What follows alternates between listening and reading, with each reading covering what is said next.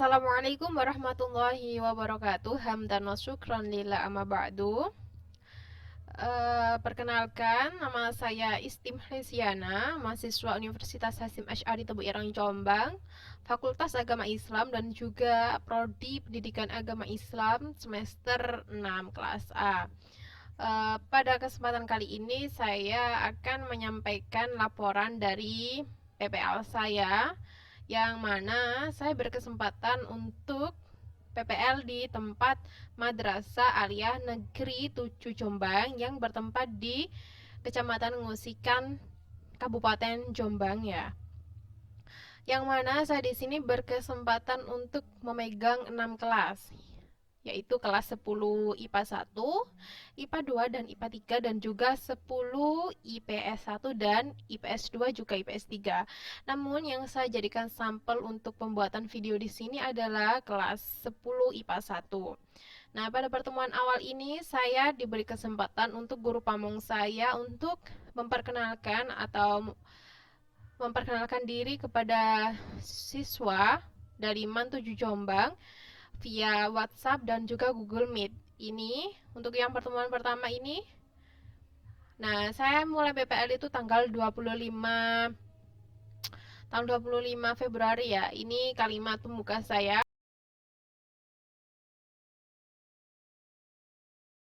Nah, rangkaian tersebut adalah rangkaian untuk menyapa siswa dan juga perkenalan melalui WhatsApp. Dan alhamdulillah ada yang merespon. Setelah itu saya menjelaskan bahwa pertemuan pertama ini dengan saya adalah melakukan pembelajaran via Google Meet. Nah, via Google Meet di sini nanti akan saya share linknya.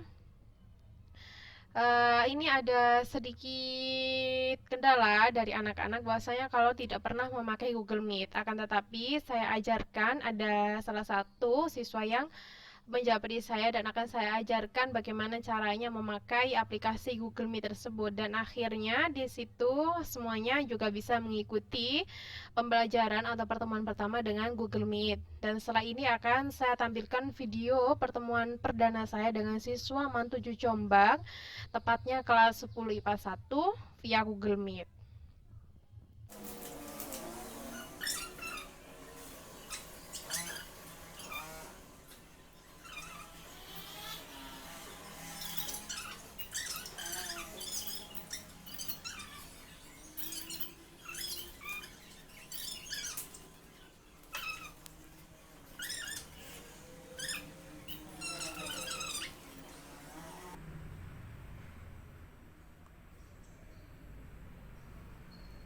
Halo, Assalamualaikum warahmatullahi wabarakatuh.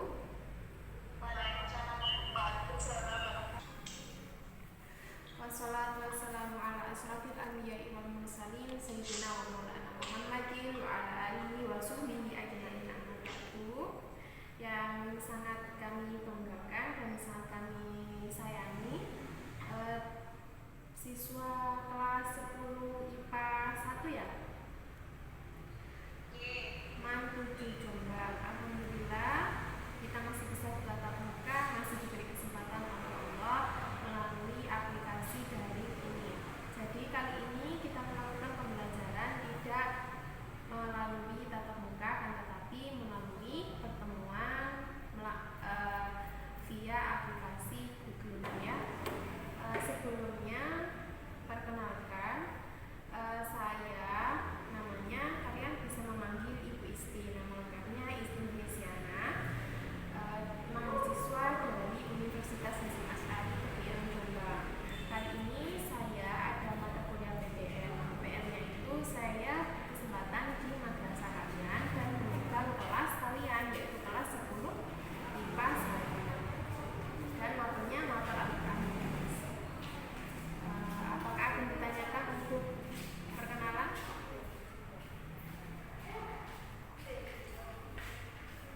Ada?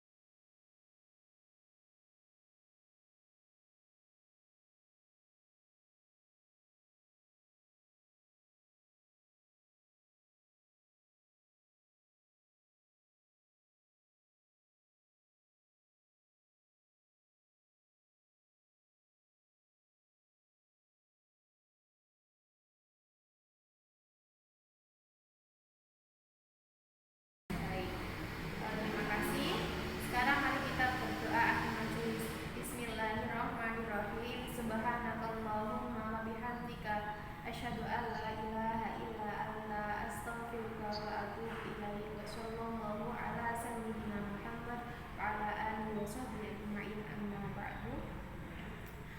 Baik, terima kasih kurang lebihnya saya mohon maaf.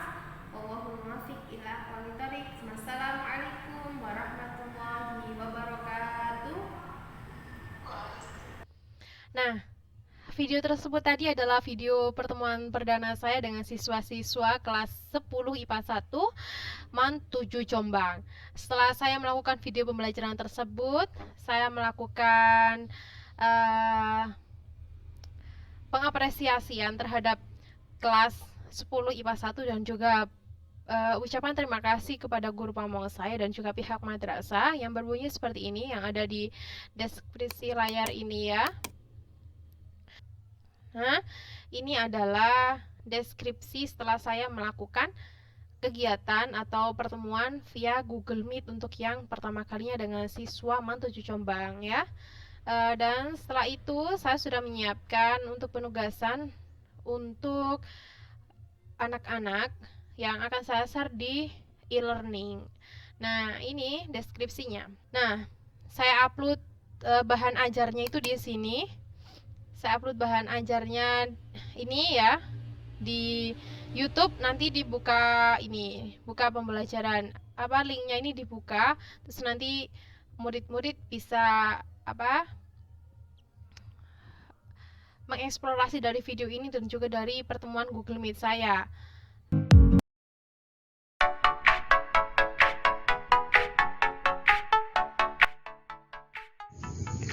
Assalamualaikum warahmatullahi wabarakatuh.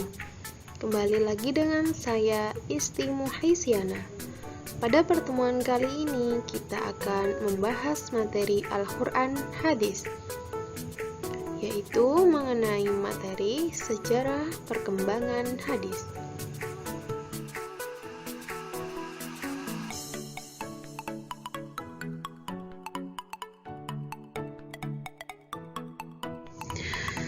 Sejarah perkembangan hadis yang akan kita bahas adalah yang pertama, sejarah perkembangan hadis pada masa Rasulullah SAW. Yang kedua, sejarah perkembangan hadis pada masa Khulafaur Rasyidin. Yang ketiga, sejarah perkembangan hadis pada masa Tabi'in. Yang keempat, sejarah perkembangan hadis pada masa kodifikasi hadis.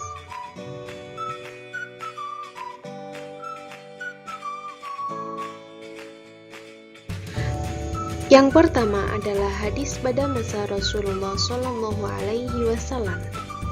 Di masa Rasulullah SAW, hadis belum mendapat pelayanan dan perhatian sepenuhnya seperti Al-Quran. Karena jika terjadi masalah dalam memahami ajaran agama Islam, para sahabat menyampaikan langsung kepada Nabi Muhammad SAW, yang kemudian ditanggapi langsung oleh beliau melalui lisan, perbuatan, atau ketetapan beliau.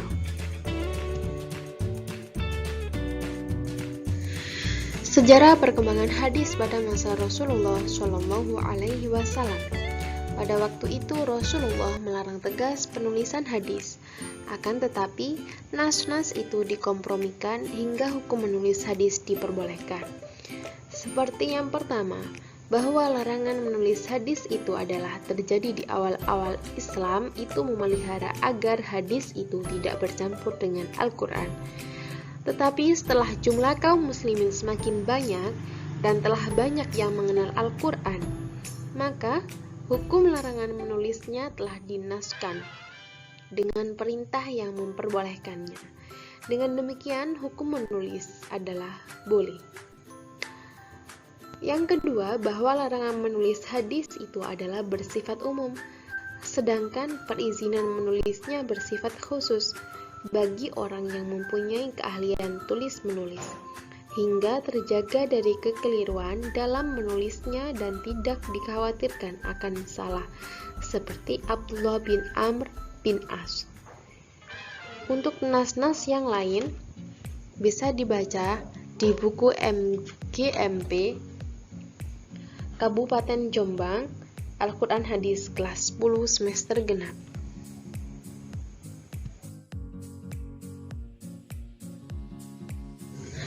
Cara penyampaian hadis pada masa Rasulullah Shallallahu Alaihi Wasallam.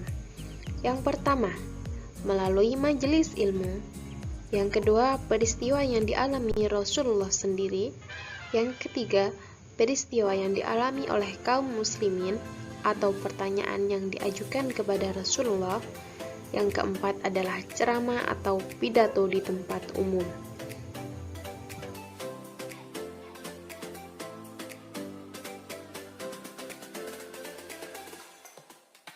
Sejarah perkembangan hadis pada masa Rasulullah Shallallahu Alaihi Wasallam terjadi perbedaan tingkat penerimaan hadis di kalangan sahabat.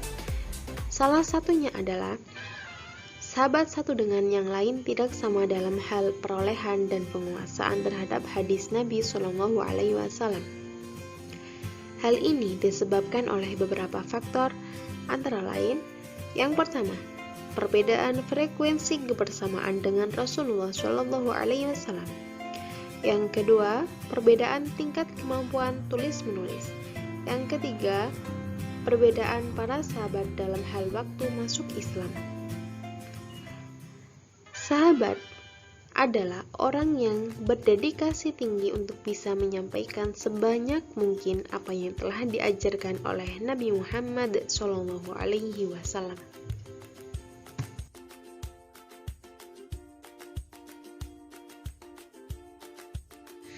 Hadis pada masa Khulafaur Rasyidin. Yang pertama pada masa Abu Bakar As-Siddiq radhiyallahu an, yang terjadi pada tahun 10 Hijriah hingga 13 Hijriah, yang disebut dengan masa taklilur riwayah, yaitu masa taklilur riwayah yang berarti mempersedikit riwayat hadis karena dilakukan dengan pertimbangan khawatir hadis yang diriwayatkan disalahgunakan oleh orang-orang munafik dan ditambahi atau diubah dan dibohongkan sesuai dengan ide-ide mereka. Yang kedua adalah pada masa Khalifah Umar ibnu Khattab radhiyallahu an, yang terjadi pada tahun 13 Hijriah hingga 23 Hijriah, yang disebut juga dengan masa taklilur riwayah, yaitu sikap yang dilakukan Khalifah Umar sama halnya dengan Abu Bakar. Akan tetapi bedanya Umar tidak segan-segan menghukum sahabat yang menyampaikan hadis, namun tidak ada saksi atas hadis yang disampaikan. Yang ketiga adalah pada masa Khalifah Utsman ibnu Affan radhiyallahu an, yang terjadi pada tahun 23 Hijriah hingga 35 Hijriah, yang disebut dengan masa tasabut li khabari al-wahid, yaitu kebijakan dari Umar yang berbunyi setiap sahabat yang menerima hadis tidak diperbolehkan menyampaikan kepada orang lain sebelum melakukan perbandingan dengan mencari sumber hadis dari orang yang berbeda. Yang terakhir adalah pada masa Khalifah Ali bin Abi Thalib radhiyallahu an, yang terjadi pada tahun 35 Hijriah hingga 41 Hijriah, yang disebut dengan masa tasabut li khabari al-wahid, yaitu kehati-hatian Ali bin Abi Thalib sama halnya dengan masa sebelumnya, yaitu masa Utsman ibn Affan. Hanya berbeda dengan situasi umat Islam yang semakin menajam yang memanfaatkan kepentingan politik untuk pemalsuan hadis.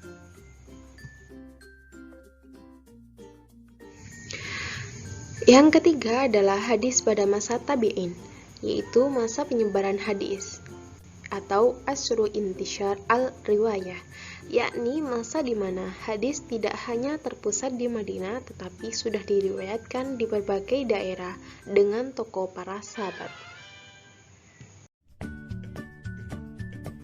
Yang keempat adalah hadis pada masa kodifikasi hadis. Kodifikasi maksudnya adalah pembukuan secara resmi yang didasarkan pada perintah kepala negara. Sebab dilakukannya kodifikasi hadis yang pertama adalah para ulama telah tersebar ke berbagai negeri dan ikut perang dalam penaklukan wilayah Islam. Dikhawatirkan hadis akan hilang bersama wafatnya mereka.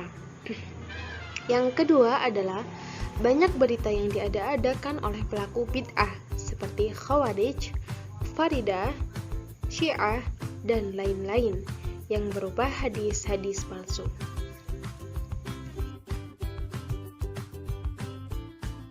Cukup sekian materi pada pertemuan kali ini. Semoga bermanfaat. Kurang lebihnya mohon maaf. Terima kasih. Wallahul muwaffiq ila aqwamit thoriq. Wassalamualaikum warahmatullahi wabarakatuh.